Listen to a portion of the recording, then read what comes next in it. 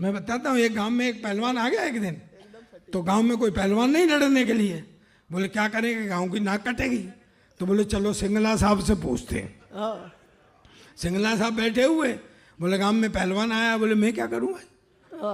अरे बोले सर गांव की नाक कटी जा रही है, आप बताओ। सोच साच के बोले नाक तो नहीं कटेगी। बोले कैसे, क्या कुश्ती में लड़ूंगा। लोग बोले ये पहले तो कट रही थी कि जाने नहीं कट रही थी, पर ये अब जरूर कटेगी। बोले चलो तो लड़ने के लिए चले गए। पहलवान तो पहलवान, उनने इनको पटकने के लिए कंधे पर उठा लिया। सीन ये बना कि इनका मुंह पहलवान के कान के पास पहुंच गया। अच्छा। और वही ट्रिक पहलवान के कान में बोला, बेटा 10 लाख रुपए दूंगा, चित्त हो जा। जिंदाबाद। पहलवान आंखें बदलने लग गया। अच्छा। उसकी समझ में आ गई, उनने ऐसा उल्टा दाव मारा, खुद ही चित्त हो गया, गांव की नाक बच गई। वाह। दूसरे दिन सुनो 10 किलो चांदी। हाँ, दूसरे दिन पहलवान गया, बोले लाओ 10 लाख। अच्छा। सिंगला साहब बोले काहे के। अच्छा। अरे बोले कल संवेद एक एक ताली, एक एक व्यक्ति की ताली देर तक आनी चाहिए। बोले लाओ 10 लाख। बोले काहे के। बोले कल आपने अखाड़े में वायदा किया था कि 10 लाख दूंगा, चित्त हो जा। बोले बेटा वो तो अखाड़ा था, तू अपना दाव चल रहा था, मैंने अपना दाव।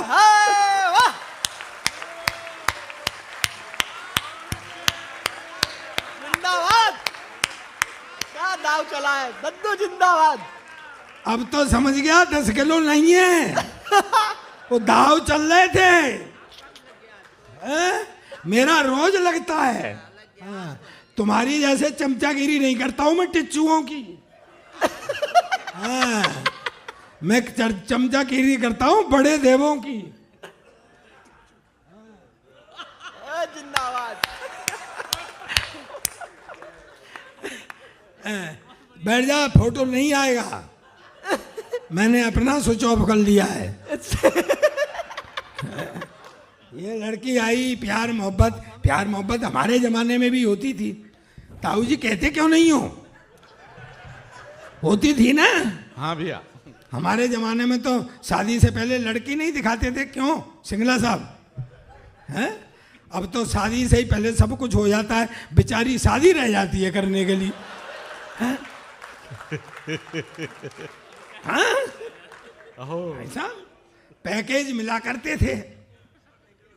स्वागरात को खुलता था, पैकेज में क्या निकला।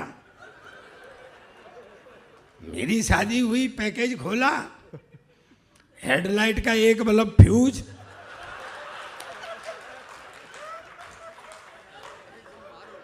मैं कही यार ये तो कमाल हो गया, लॉटरी गलत खुल गई, पर निभाया भैया। तीसरे दिन मुझसे बोली चल मुझे शॉपिंग करा के ला। मैं शॉपिंग कराने के लिए ले गया। बाजार में चलते चलते बोली क्यों जी ये एक साइड का बाजार क्यों बंद है। मैंने कहा चिंता मत करे, जब लौट के आएंगे तो इधर का खुल जाएगा, इधर का।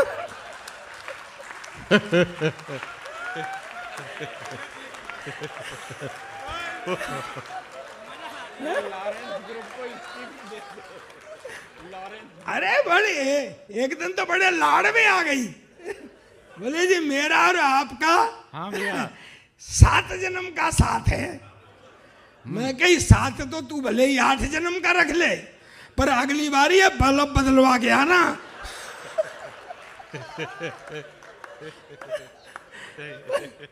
भाई अपना तो देश विचित्र है, किसी के मन में क्या है किसी को पता है क्या, नहीं पता है। मैं सही कह रहा हूं है? वो अभी बल्ब पे ही टिका हुआ है। मैं इससे इसलिए कुछ नहीं कहता हूं, इसकी शक्ल मेरी सरदारनी से मिलती है, भगवान कसम। नहीं बस एक ही फर्क है मूंछों का। नहीं नहीं इसके नहीं उसके हैं।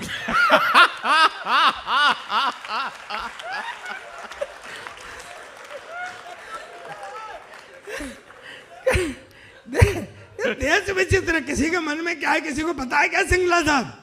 पड़ोसी का बच्चा रो रहा हो तो सर में दर्द होता है, और अपना बच्चा रो रहा हो तो दिल में दर्द होता है।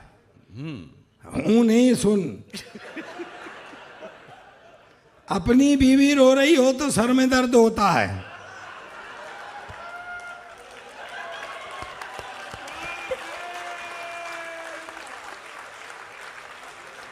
होता है भैया, हाँ, ये समस्या है। जिस पे कम होता है वो ज्यादा उछलता है, जिस पे ज्यादा होता है वो गंभीर होता है। नहीं, देख लो आप, चाइना है, चाइना के पास एक वो बाल है केजरी, वो क्या नाम है, चाइना बाल। पूरी दुनिया में चाइना बाल, चाइना बाल, चाइना बाल। हमको कभी उछलते हुए देखा है? हमारे पास अग्रवाल, खंडेलवाल और सबसे कलेसी वाल केजरीवाल। ठंड पड़ रही हो तो ओसवाल, ज्यादा ठंड हो तो जयसवाल। अरे वाह वाह, बिल्कुल बहुत अच्छे, बहुत अच्छे। हम पे किसी ये चुटकुले कौन, देशवाल, कोतवाल, मैं तेरे हाथ जोड़ता हूं भाई। हैं, मुझे लगता है कि पुलिस का पिटा हुआ आदमी बैठा है। ये से दिमाग गलत ख्याल तो जब ही आते हैं। कहाँ से ये देश विचित्र है अपना। अभी जितने भी चुटकुले सब सरदारों पर पढ़े जाते हैं, ये नए आ गए चुटकुले पढ़ने वाले। हाँ भैया, वो कह रहा मैं बिहार का रहने वाला हूं, तुझे बताने की जरूरत क्या है, तेरी शकल पे बिहारी लिख रही है। एक अंग्रेज आया, मैं मस्ती बता रहा हूँ आपको, एक अंग्रेज आया मुझसे बोला सरदार जी तुम्हारा देश बहुत गरीब। मैं पहली बात तो ये देश गरीब नहीं, और है तो साले तुझको क्या मतलब है। कहता है सरदार जी तुम हिंदुस्तान की इतनी हिमायत करते हो, तुम हिंदुस्तान के बारे में क्या जानते हो। मैंने कहा मेरा देश है हिंदुस्तान, मेरा वतन है हिंदुस्तान, मैं नहीं जानूंगा तो तू जानेगा क्या।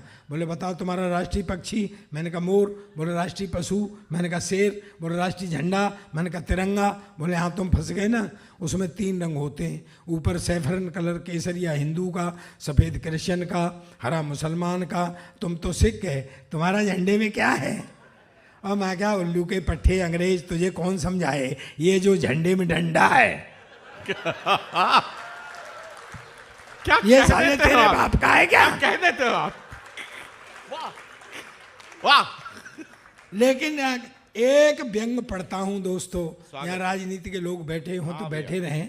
एक मैं कभी राजनीति, क्योंकि मेरा एक शो आता है पिछले 7 साल से, और वो केवल राजनीति का शो है। शायद इधर न देखते हों लोग, लपेटे में नेताजी एक देखते हैं लोग। कौन कौन देखता है? वो मर गए सब देख। तुम पे कोई और काम नहीं है क्या भैया? मैं राजनीति यहाँ से नहीं करता हूँ, एक व्यवस्था पे व्यंग पढ़ता हूँ। अगर समझ में आ जाए तो मुझे, आप अधिकारी हैं ना इनकम टैक्स के, हैं? नहीं, मुझे आप इतनी देर से एक बार भी नहीं हंसे। नहीं, कारण क्या है? मैं समझा नहीं पा रहा हूं या आपकी समझ नहीं आ रही है? या मेरे जैसे नंगो भूखों का कोई नोटिस नहीं लेते हो? राय साहब प्रणाम करता हूं मैं आपको, आपकी पुस्तक बहुत अच्छी है। उसमें क्या लिखा हुआ है? ये दैया आपका ना, दैया जी ये बैठे हुए हैं। दैया रे दैया। आइए आइए भैया आइए। आप आएंगे अभी? तो पहले मुझे तो रायता बखेल लेने दो। दैया का नंबर तो जब ही आएगा। अंग्रेज मुझसे बोला सरदार जी तुम्हारा देश इसलिए गरीब। अब मैं हर एक व्यक्ति का इन्वॉल्वमेंट चाहता हूं मेरी बात पर। अंग्रेज मुझसे बोला, एक व्यंग पढ़ता हूं व्यवस्था पर। अंग्रेज मुझसे बोला सरदार जी तुम्हारा देश गरीब इसलिए कि तुमको पता है हमारे यहाँ का एक मजदूर महीने में $5,000 कमाता है, यानी तुम्हारे यहाँ का लगभग 4 लाख रुपया। बोले $5 लाख कमाता है, फिर $5,000 कमाता है, फिर बोला $4,000 खर्च कर देता है। मैंने कहा भाई एक मजदूर $5,000 कमाता है, $4,000 खर्च कर देता है, काय पर कर देता है? बोला हमारा सरकार ये नहीं पूछता है। तो मैं कहा ये कौन सी बड़ी बात है? व्यंग पहुंचे जनता तक। मैं कहा ये कौन सी बड़ी बात है? मेरे यहाँ का एक MLA MP 10,000 रुपये तनख्वाह पाता है और महीने में 1 करोड़ खर्च करता है। वाह वाह वाह वाह वाह। तालियां तो सदन अब उठाना पूरा। अंग्रेज एकदम से उचट गया, बोले व्हाट, 10,000 रुपये तनख्वाह, 1 करोड़ खर्च करता, कहाँ से लाता? मैंने कहा हमारी भी सरकार नहीं पूछती है।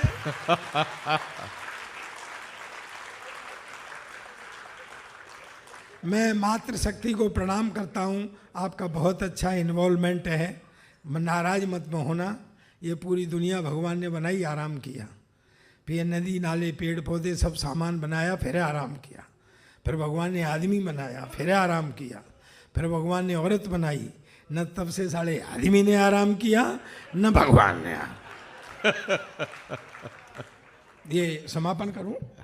एक तिरंगा वाली पढ़ तिरंगा तो नहीं है, पढ़ी जा सकती आज, कम पिच पे पढ़ दो, लेकिन वो सार्थक रचना है।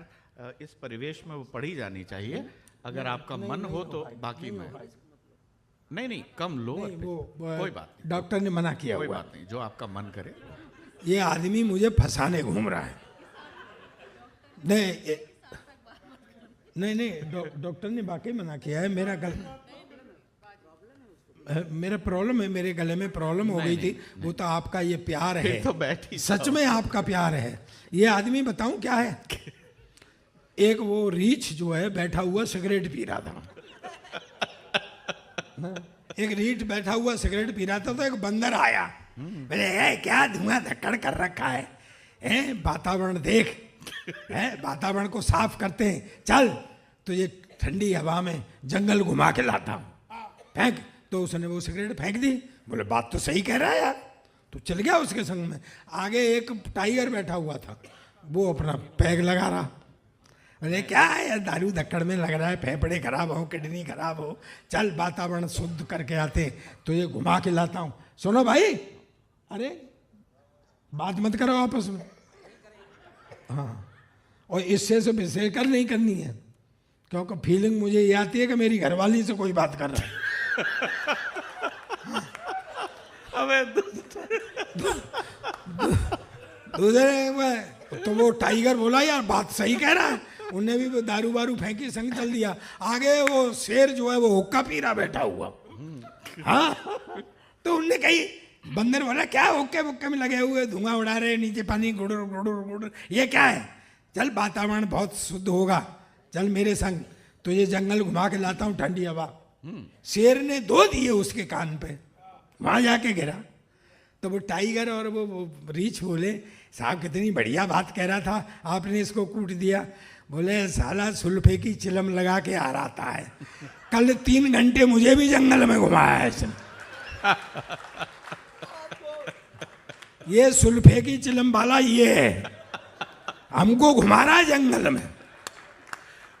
ये पूरी दुनिया भगवान ने बनाई। दोस्तों एक बात कह के जाना चाहता हूं, अगर आपका कोई काम खराब हो जाए, मुझे ये बता रहे थे, वो मैं पढ़ देता हूँ। एक वो कहाँ गए मेरे राजमणि भाई, बोले वो बता देना। सर मैं लाफ्टर चैंपियन रहा हूँ 2nd सीजन का। तो मैं जब बॉम्बे आया लाफ्टर के लिए, तो सरदारनी ने सोचा ये गया कहाँ। एक दिन फ़ोन किया, कहाँ है तू? मैं कहा बॉम्बे। बॉम्बे क्या कर रहा है? मैं कहा लाफ्टर कर रहा हूँ। अच्छा, वो बगैर पढ़ी लिखी जट्टी है, उसकी समझ नहीं आई। बोले क्या कर रहा है? मैं कहा लोगों को हंसा रहा हूँ। कहती घर आ जा, ये बच्चे रो रहे हैं, पहले इन्हें चुप करा ले।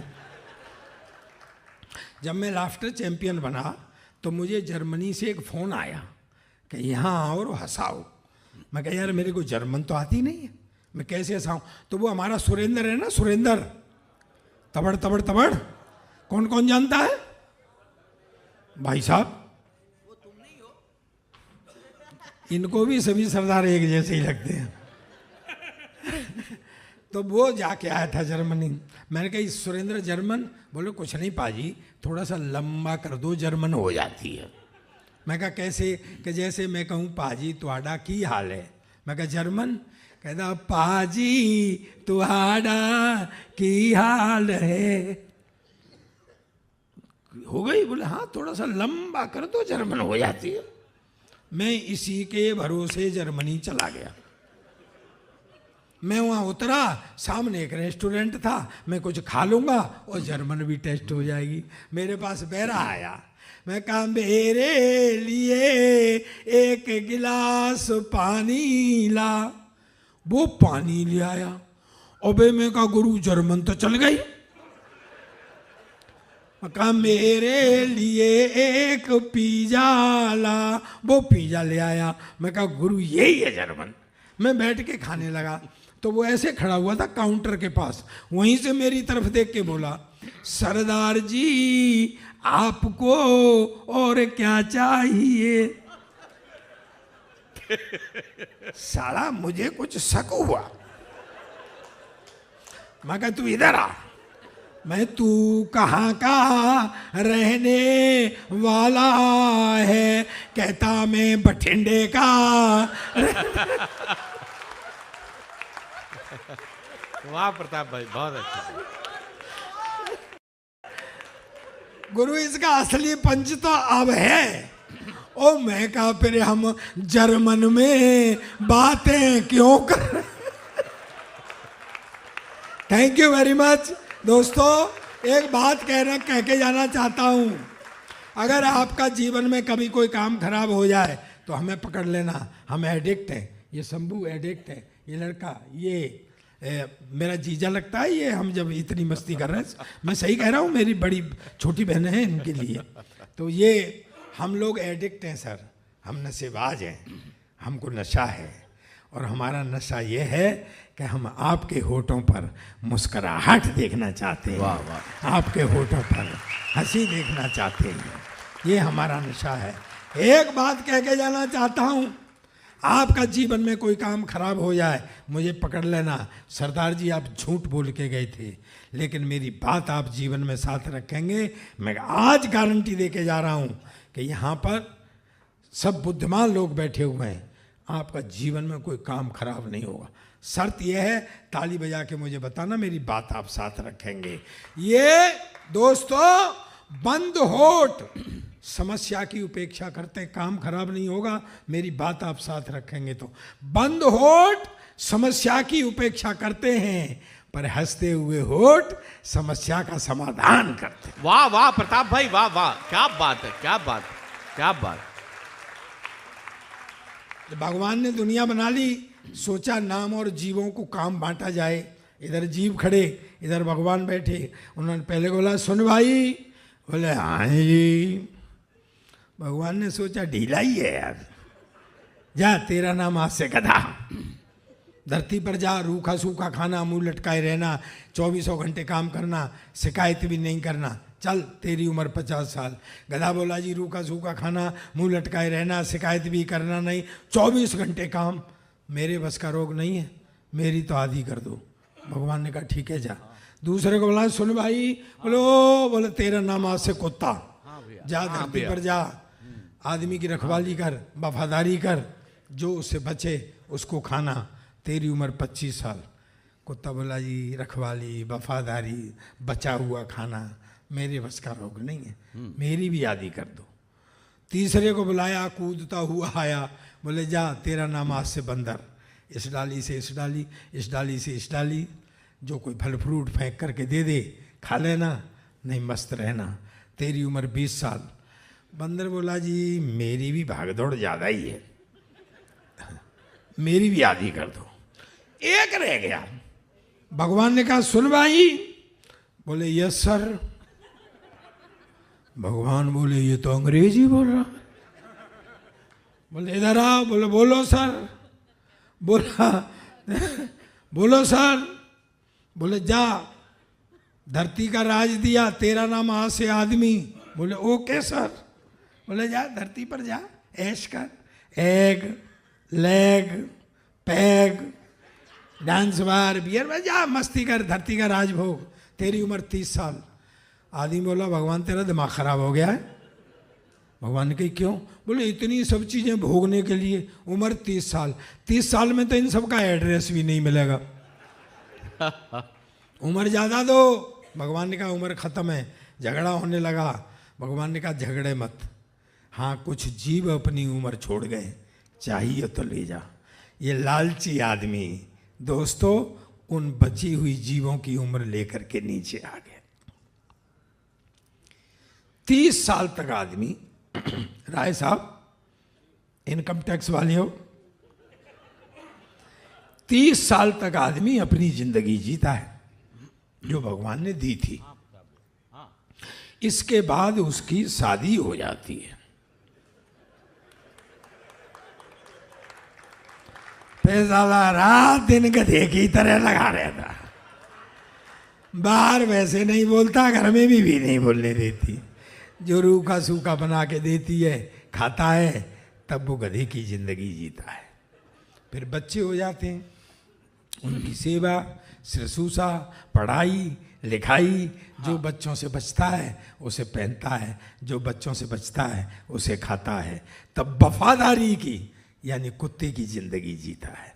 फिर सर आदमी बूढ़ा हो जाता है तो कभी बड़े बेटे के यहाँ कभी छोटे बेटे के यहाँ कोई खाना दे जाता है तो खा लेता है, नहीं बैठा रहता है। दोस्तों मुझे तालियों से विदा करना, घनघोर तालियों से विदा करना कि ये आदमी की जिंदगी नसीहतों की गीता है। ये आदमी की जिंदगी नसीहतों की गीता है। वो एक ही जन्म में गधा कुत्ता बंदर और आदमी की जिंदगी जीता है, वो एक ही जन्म। बहुत बहुत धन्यवाद।